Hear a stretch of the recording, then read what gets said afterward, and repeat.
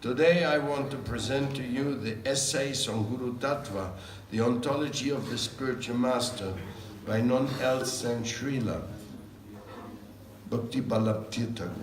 Maharaj, who is, or was, the latest president of the Vishwa Vaishnava Raj Sabha, and with his love guided us through many years of the efforts of uniting Vaishnavas on a common platform. His Divine Grace was a great spiritual teacher who was guiding devotees throughout so many years in the Chaitanya Gaudiya Math. So, what we're going to discuss today is based on something you could almost say I dreamt tonight. It was some intensive product of having associated with Gopananda Bon Maharaj lately, especially in connection with Srila Prabhupada's Tirobhav Mahotsav, where he also came here, and also in connection with many letters which Swami Maharaj read to me, which were letters which Srila Prabhupada had written to his godbrothers. And they were so touching, so amazing letters that could give me a renewed understanding of guru-tattva, friendship between acharyas, relationship between those who are on the spiritual path. Now, first let me read something here. The ordinary meaning: guru, spiritual master, acharya, preceptor, professor or lecturer, advisor, teacher, instructor, initiator.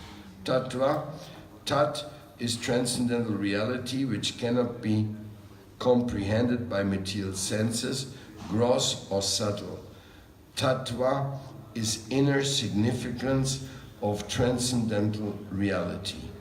Spiritual interpretation: alpam bahuva yasya shutasyopa karotiya tamapiha gurum vidya shutopa kriyayataya. As per scriptural precept, one who imparts a portion or sufficient knowledge of the Vedas to a deserving aspirant for his eternal benefit is termed guru by Manu Sanghita. Gu karas chandakarasyat ru karatam nirodaka andakara niroditvat gurur iti abhidiyate. The gu syllable of the word guru denotes darkness, nescience, and the syllable ru denotes removal of darkness. One who removes darkness, ignorance, is called guru. Vishvashar Tantra. Gu karas chandakarasyat ru karas teja uchyate agyanana sakam brahma gurur evana samsaya. The gu syllable signifies darkness, ignorance, and the ru syllable light. Therefore, it is true undoubtedly that the self-effulgent Param Brahma, whose light removes darkness, is Guru. Vishvashar Tantra. Om Agyanati Mirandasya Gyananjana Shalakaya Shakshun Militam Jena Tasmai Sri Gurave Namaha. My prostrated obeisance to Sri Gurudeva, who opens my blind eyes, removing dark nescience with the help of the eye salve of divine knowledge. Gaudiya Kantahar.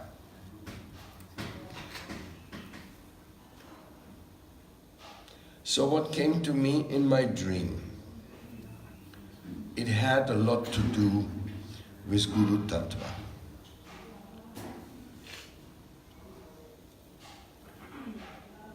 Sometimes we feel, sometimes we think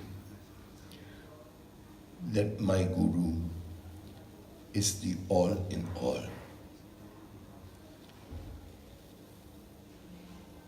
This understanding of all in all, it is a very amazing limitation of one's own broad-mindedness. But how to see that and how to understand that, that is our understanding of guru-tattva. Because it sounds so nice. You're my all in all. I don't need anything else. I don't want anybody else. You are my all in all. As a matter of fact, one devotee said, a devotee should have at least 2 Shiksha gurus, besides his initiating guru, but there should be more spiritual guidance. But what is this concept of my guru is the all in all? And since we were just celebrating Srila Prabhupada's Tirubhav Mahotsav, it's a very common thing to say, Srila Prabhupada is my all in all. And because he is such an extraordinary personality, then you kind of go, yeah, that's great, that's what a beautiful appreciation. But my guru is the all in all. My religion is the all in all. The organization I belong to is the all in all. All this kind of all in all restrictions, because the all in all excludes all the others. So it is not exactly so broad-minded when you say all in all. Of course, if you say the truth is the all in all, then it is very harmonizing, because the truth is the truth beyond anybody's limitation. He can produce, imply on the understanding of the truth. The divine, the highest destination, is my all in all. I want to go back home, back to God. I don't want to stay in this material world. It's very good. But still, the all in all, we should be very careful. Even though it is a very devotional expression, the all in all is Guru, Sadhu, and Shastra. And what does that mean? It's not my Guru. It's the guru-tattva. It means the gurus who stand for the truth, who teach the truth. They are the all in all, not my guru and my limited understanding of my guru and my selfish perception according to my conditional thinking. Because who knows what kind of a kanishta I am? Or maybe a little bit madhyam. Who knows? Karma Mishra Bhakti, Jnana Mishra Bhakti. So many mixtures are there. So how can I say that my vision of my guru and what he has given to me, that should be the all in all? That is a total exclusion of maybe all, or at least some. So we have to be very cautious with this. I found it, I got it. This is my way. Everything else has no value. Even though when we say this all-in-all concept, we may even end up offending extremely those who are worshipable by our own guru. Sounds impossible, but it's not. Again, yesterday, when we were reading in Prabhupada's disappearance day in Radha Damodar, again and again it was cited that Srila Prabhupada asked to be excused to Krishnadas Babaji Maharaj. In public, he said, of all the offenses he had committed to his other godbrothers. Now, wait a second. Prabhupada committing offenses? What is that? Well, he just happened to repeat it again and again. And Jagannananda was even sent to each and every temple, to each and every one, in the name of Srila Prabhupada, with a donation, asking for excuse. So I think Prabhupada meant it. He wanted to ask to be excused.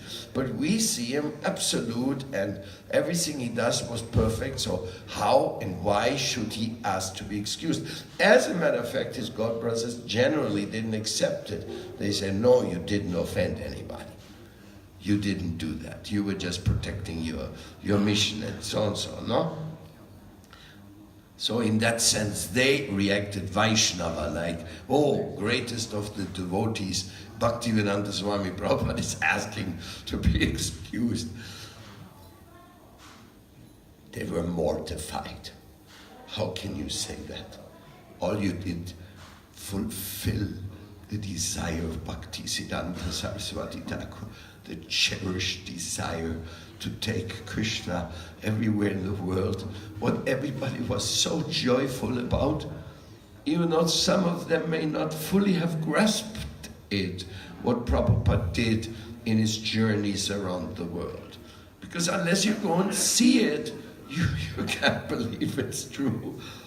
Gopananda Maharaj could not believe what he was seeing, and he was overjoyed in his tour to Europe, in his tour to South America, to Hungary. He was overjoyed. And he's still thriving on that joy. So it's not something like, oh, a little thing, or they had nice prasadam and a nice altar. No.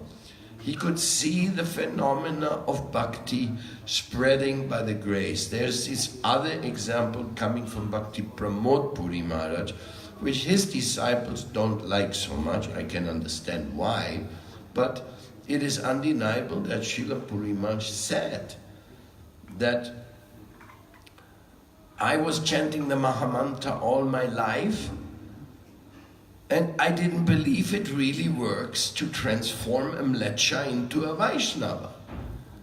Therefore, initially, he and other God brothers had some reservations about these new white bhaktas, sannyasis and all that.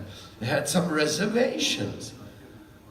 But he said, then Prabhupada gave me grace and he showed me, yes, this Mahamantra is absolutely powerful and can do anything like that. And Srila Puri Maharaj wanted to express that appreciation of Srila Prabhupada. Such an amazing appreciation that,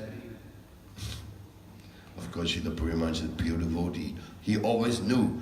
But he said personally to me, Bhaktivedanta Swami gave all his life to the Western people. Bhakti Rakshita Maharaj gave so much help to the Western people despite being criticized, and I have not done anything for the Western devotees. And that's why he accepted to become the president of the Vishwa Vaishnava Raj Sabha. Plus, he accepted many Western disciples afterward, gave sannyas to Western devotees, was fully part of this international give the world the greatest gift of Mahaprabhu without restriction. So he became a part of Srila Bhakti Vaibhav Puri Maharaj, Bhakti Rakshita Maharaj, and nowadays others too. Bhakti Balabhtirtha Maharaj also joined into this campaign. Bhaktivedanta Narayan Maharaj also. So it is not now only Prabhupada who preached in the West. As a matter of fact, many have preached after him in new situations, because Prabhupada did leave us in 1977. That's a long time ago.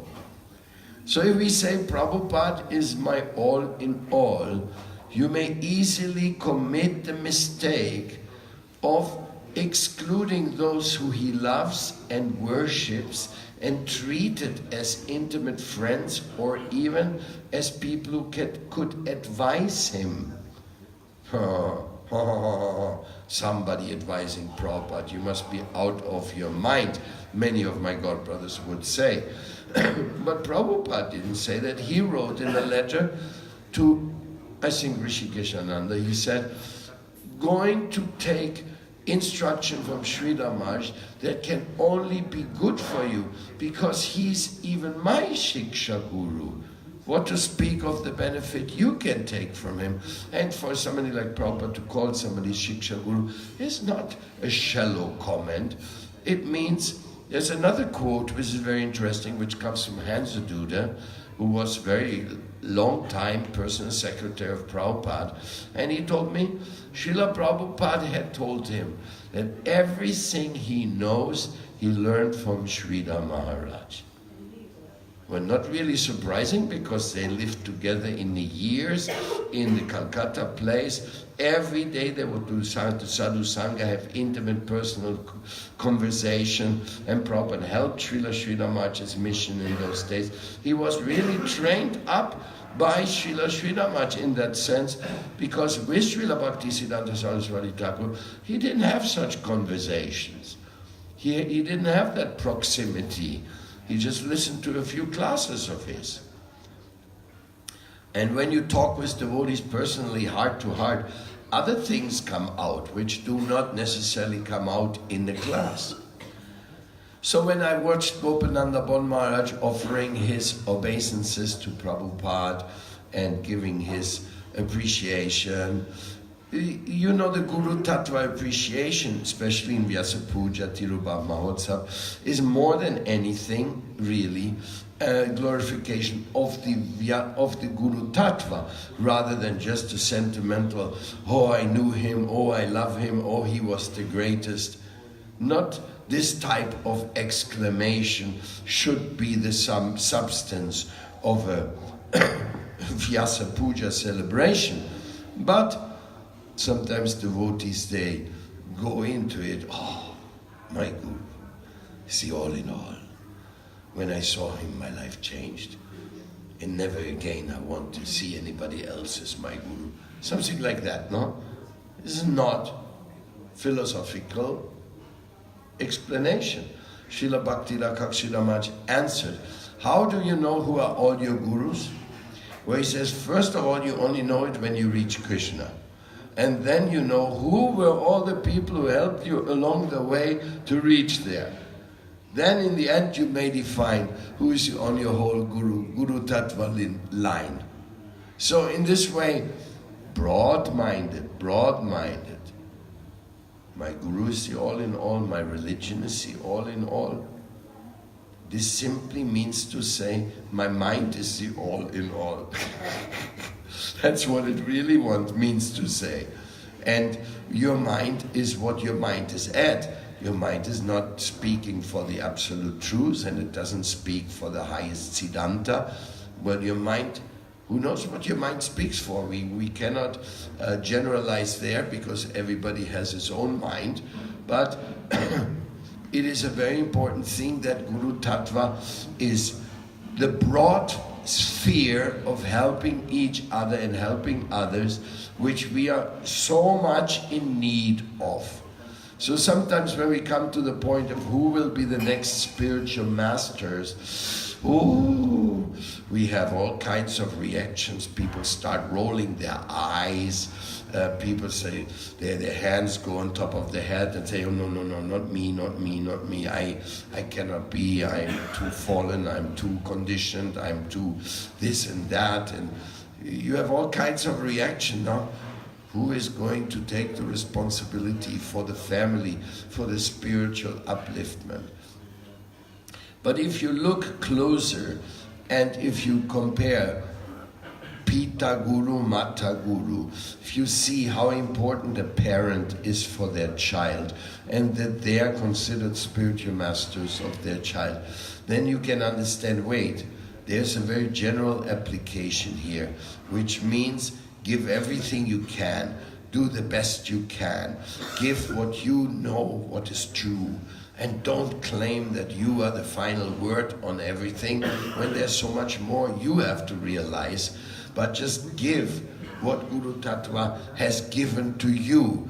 And in this way, also humbly accept that you have your limitations, but you are trying to give anyway what you got, and you follow that principle of divine delivery to the maximum degree of your capacity, and you try to assure the people in your surrounding that you are sincerely giving the best what you know.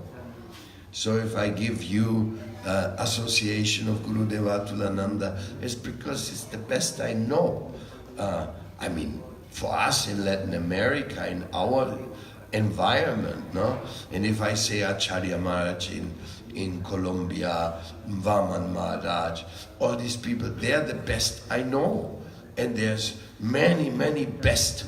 Now, the best doesn't mean that we're going to have a big best competition, and then everybody's going to say, my guru is the best of all, he's the all in all, and the others have no value. Immediately we would fall into the same pitfall of sectarianism, no? Of creating animosity. Can you imagine this animosity towards other Vaishnavas for any type of silly reason we may think we can have it? Like any type of judgmentalism that I know it, he doesn't. I am, he's not. We are the special people. I can remember one time, I never forget that, I was sent to England. And I fell immediately in love with the English devotees. I did Sankirtan with them. I was a Sankirtan leader in Britain. I used to go out every week with a different truck with devotees to different cities and do Sankirtan. And I really loved them. They were really wonderful devotees in Britain. Because in Europe you usually didn't travel very much from one country to the other, language limitation. But I had that service of going to Sweden, Holland, to all these North European countries. One time I came back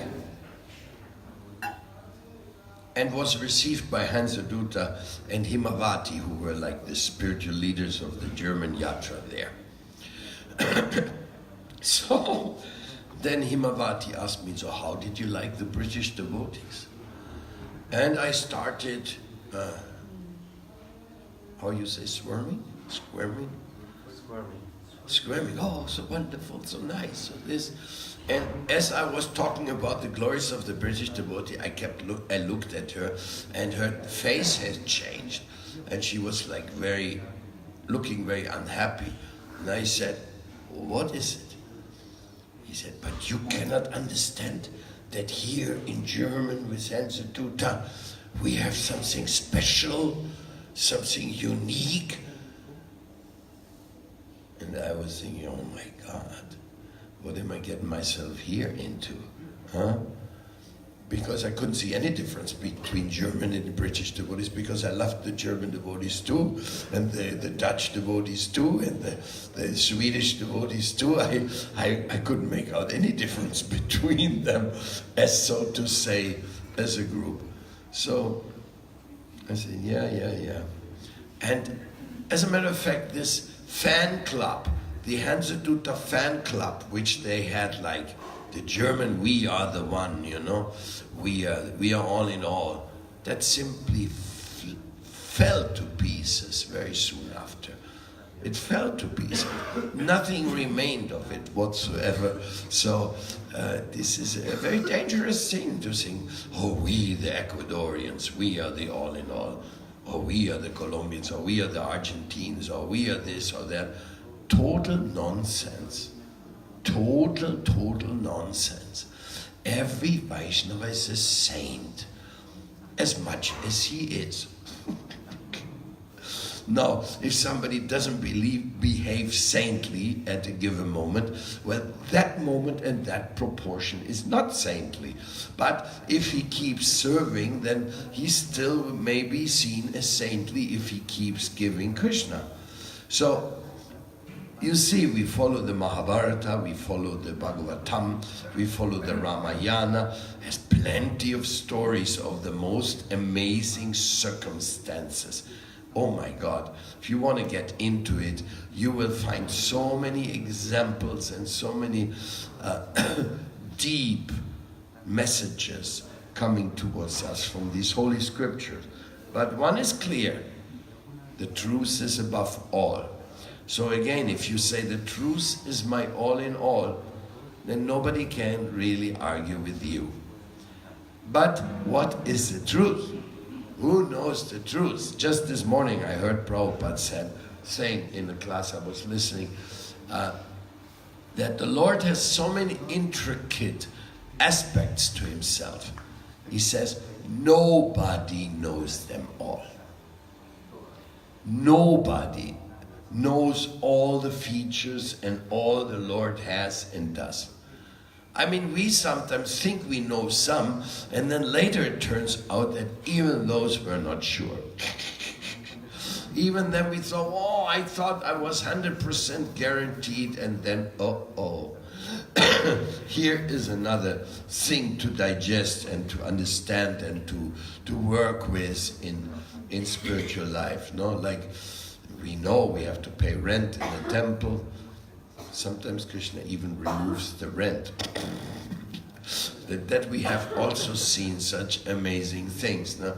Or somebody comes and gives us a donation, a building, or a preaching place, or somebody gives us a farm. There's so many amazing situations, but this is all secondary. This is just an external thing. Except if you don't pay the rent, then you may be kicked out. And that not so palatable experience, no? Just like we were kicked out from our Kali Mandir recently, a wonderful building where we had been preaching practically for more than 20 years. You may imagine 20 years, that was the Krishna temple in the heart of Kali. Amazing, beautiful. Who can imagine? Now we are struggling, have a little house, but we have Krishna always takes care of us anyway, somehow or other, no? Krishna doesn't give impossible situations to the devotees. So when Gopananda Bon Maharaj was talking about guru-tattva, and I thought about Bhakti-Hridaya Bon Maharaj, and I thought about how even I had been misled to have not such 100% positive understanding of Srila Bhakti Bon Maharaj. Simply of what people told me. And you know, by Krishna's grace and by the Vishwa Vaishnava Raj Shabha's grace, I have good relationship and friendship with all devotees practically. Doesn't matter Chaitanya, Ma Chaitanya, Bhagavaza, Gaudiya, Mishna. It doesn't matter. I've associated with all of them. I know many of them. I love them. Some I respect more than others by the openness they show. But definitely I know them. But in a particular case of Bhakti-Hridaya Bon Maharaj, because there had been a few little shocks in the activities, some of Prabhupada's devotees went there and kind of said, we want you now and not Prabhupada anymore, and things like that. Tiny little things of helping others. Everybody wants to help others. There's no other inclination. Anyhow, there had been a few like negative commentaries. But I didn't know the positive commentaries. When I heard the letter Swami Maharaj was reading to me where Prabhupada invited Bon Maharaj, just in the same days when this complaining came up, he invited him to Hawaii to spend a few days together with him and to exchange. And also knowing that Bon Maharaj had a temple here in Vrindavan, he was a fully accomplished preacher with incredible vision and dimension before Prabhupada went to the West. This Bhajan Kutir, which we have been going to visit Gopananda Bon Maharaj, that existed before that time. He got the Bon Maharaj College and he got the Nandagaon place of Sanatan Goswami. That was given to him by the Maharaj of Vrindavan. Bon Maharaj was an incredible preacher with an incredible impact. He was also a Mahamandaleshwara at the Kumbh Mela. He tried to go everywhere and take Krishna consciousness everywhere. Just amazing. And Prabhupada knew that, appreciated that, and Prabhupada visited him, and he cooked prasadam with Gopananda Bon Maharaj in competition, who makes more preps for the big festivals. So that Prabhupada, nobody knows. Nobody knows. And people run around with a negative mentality in their brain because they have been brainwashed. And that's a very hard thing to say. Brainwashed devotees? We thought they're the brain cleaners. That's what Prabhupada said when others attacked us for brainwashing. But I tell you honestly speaking, that was brain dirty. Our brain was made dirty regarding other Vaishnavas and other Gaudiya branches, which is absolutely inappropriate. If you say, my mission is the all in all, and you go ahead and you look down on other missions and on other Vaishnavas, you can be sure that you are insulting your Guru. You are directly insulting your Guru. You give a horrible representation of him. And you say Prabhupada is in all, it means your nonsense, which you are following, is not the all in all, it is the destruction of all. You have no happy consciousness and no appropriate. And it's not only Bon Maharaj. There are letters to Bhagavad Maharaj. Prabhupada in his letters always expressed the desire of cooperation and working together as one unit. Even with the Chaitanya Math, Bhagavad Gaudiya Math, with Bhakti Pragyan Keshava Maharaj, with the Gaudiya Vedanta Samiti, with Bhakti Saranga Goswami Maharaj, the Gaudiya Sangha, with all these people Prabhupada wanted to cooperate. Now, Krishna had a different plan for Prabhupada. He wanted him to be the glorious person to go to the West and to start without any financial or other big help from India. That was Krishna's plan. He wanted it, but not to the point that we can look down on other Vaishnavas or think, oh, they didn't help Prabhupada, so they were bad. This is suicidal consciousness. It is not applicable at all. Maybe the temple in Bucaramanga gives help to the temple in Barranquilla. Maybe, but that's not the obligation of the temple in Bucaramanga. They may have so many troubles themselves, they have no energy to help the temple in Barranquilla. So if anybody says, this temple was established in Barranquilla and those guys from Bucaramanga didn't help at all, even though they were established a little earlier. It's silly nonsense. Sometimes these things happen. As a matter of fact, Bon Maharaj did send things to Prabhupada. Prabhupada in the letter thanks him very much for certain things he has done for him.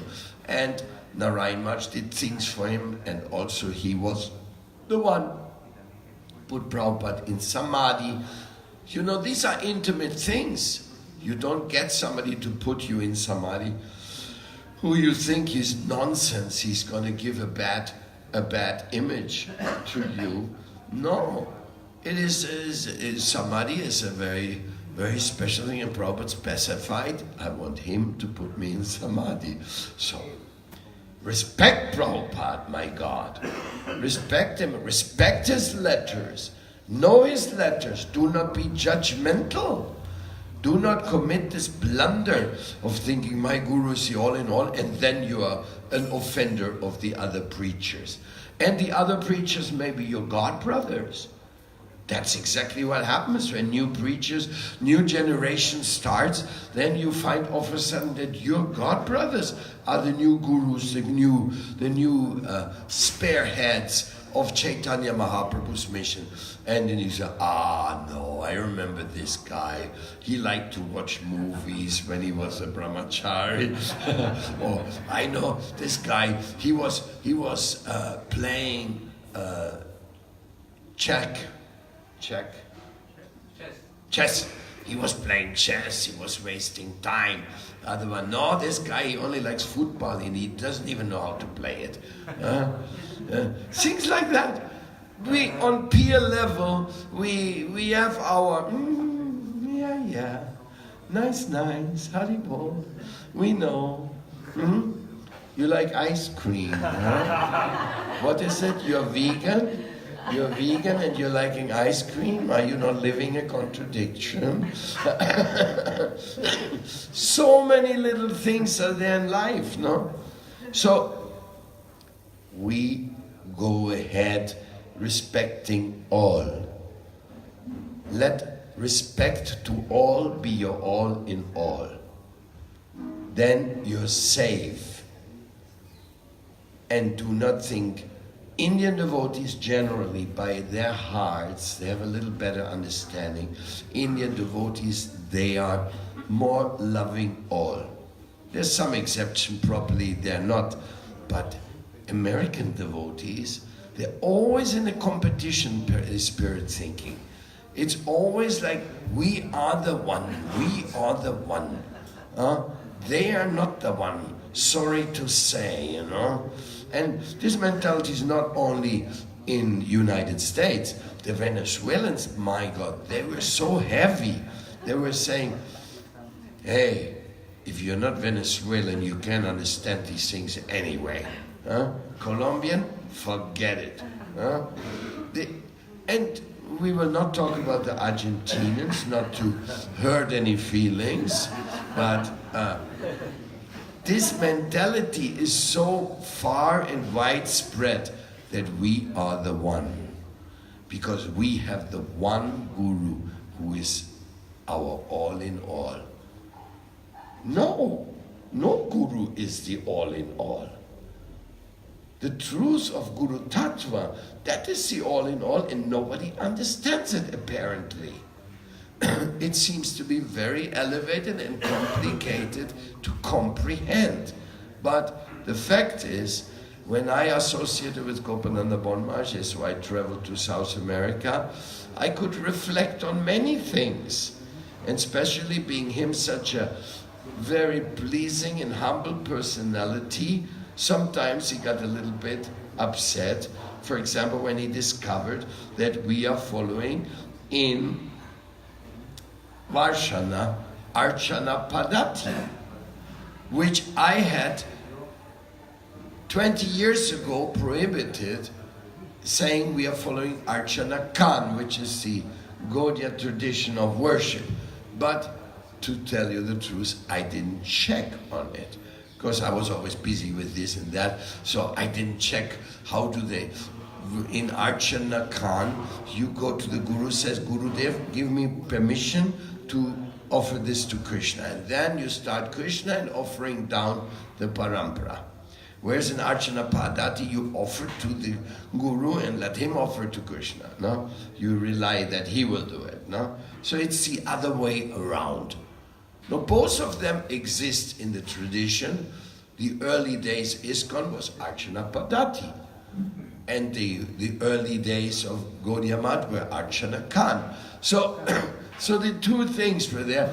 And without my notice, they were doing in Varshana, in my main temple, Archana Padati, and I didn't notice, but Bon Maharaj did notice. And he said, what is this? This is not the way it's supposed to be done. And on top of that, they put some lovely hippie to make the arctic just in front of Bon Maharaj. So I was very, very embarrassed that day about. But I didn't pay any attention to it, because my attention was on looking after my VIP guest.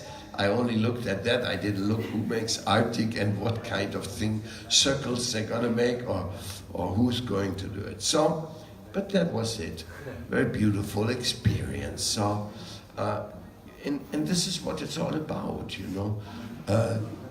Guru-tattva is loving all, respecting all, and correcting if you find out something can be done better. Come on, we have so much to learn. If you read Hari Bhakti Vilas, you start fainting. And we are not supposed to read Hari Bhakti Vilas and follow it, because we are not qualified to do that. But our Guru, he may introduce slowly, Yena tena prakarena mana Krishna niveshayat. First and foremost, think of Krishna and do beautiful things for Krishna.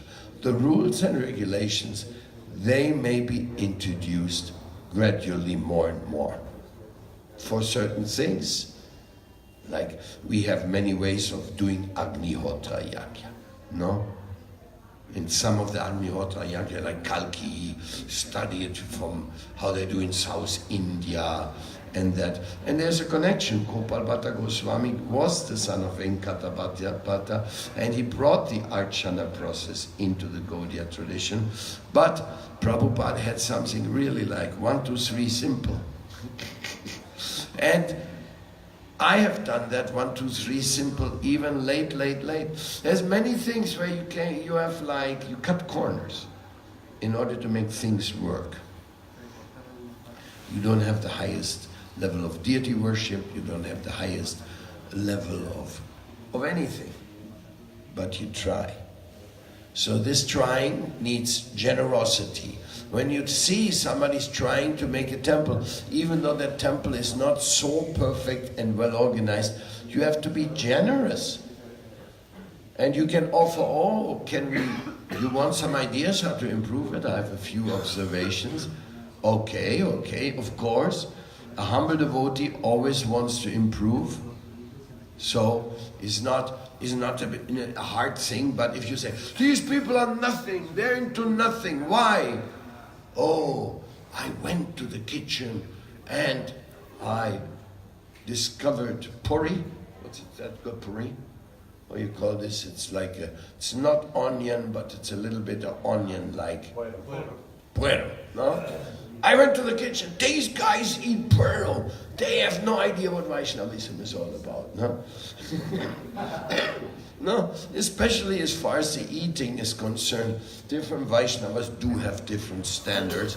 And for example, some people do not eat carrot. And some people in Gaudiya Math here do eat carrot. And some people do this, and some people do that, and some people do that. If you don't follow all these, then you're not a real Vaishnava. You're not following Chaturmasya or Ekadasi.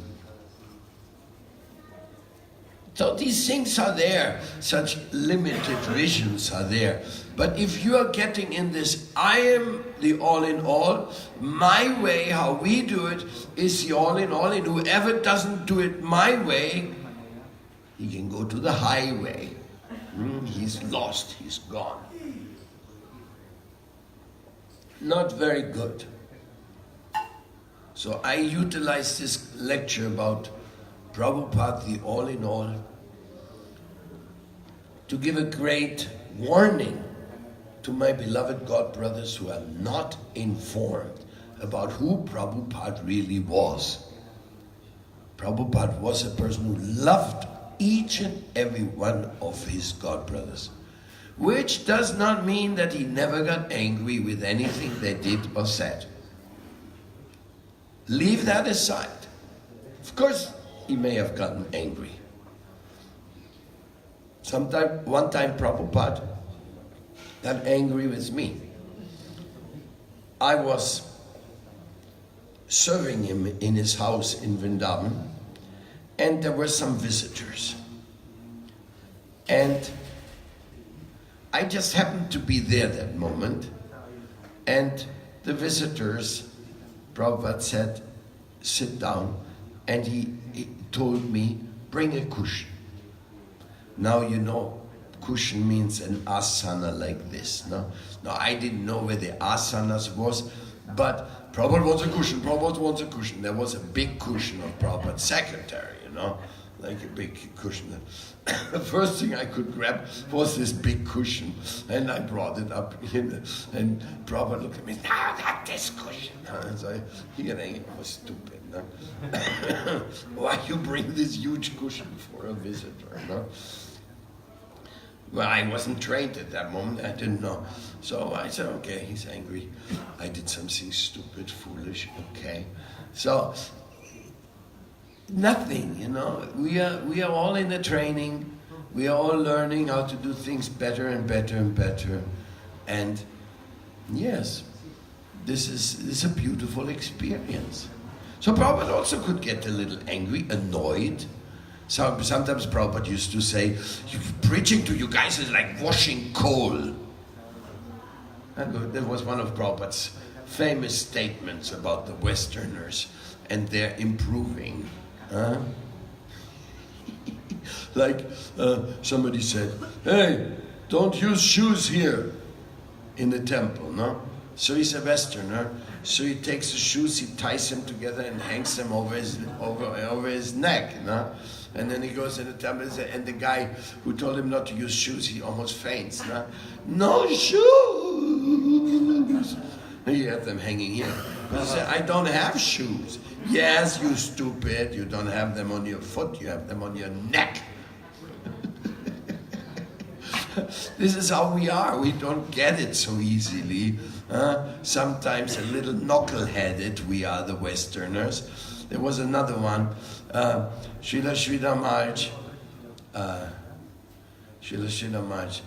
he was offering obeisance to Srila Maharaj, and he had his beads in his hand or something and touching the ground with the beads. You're not supposed to do that.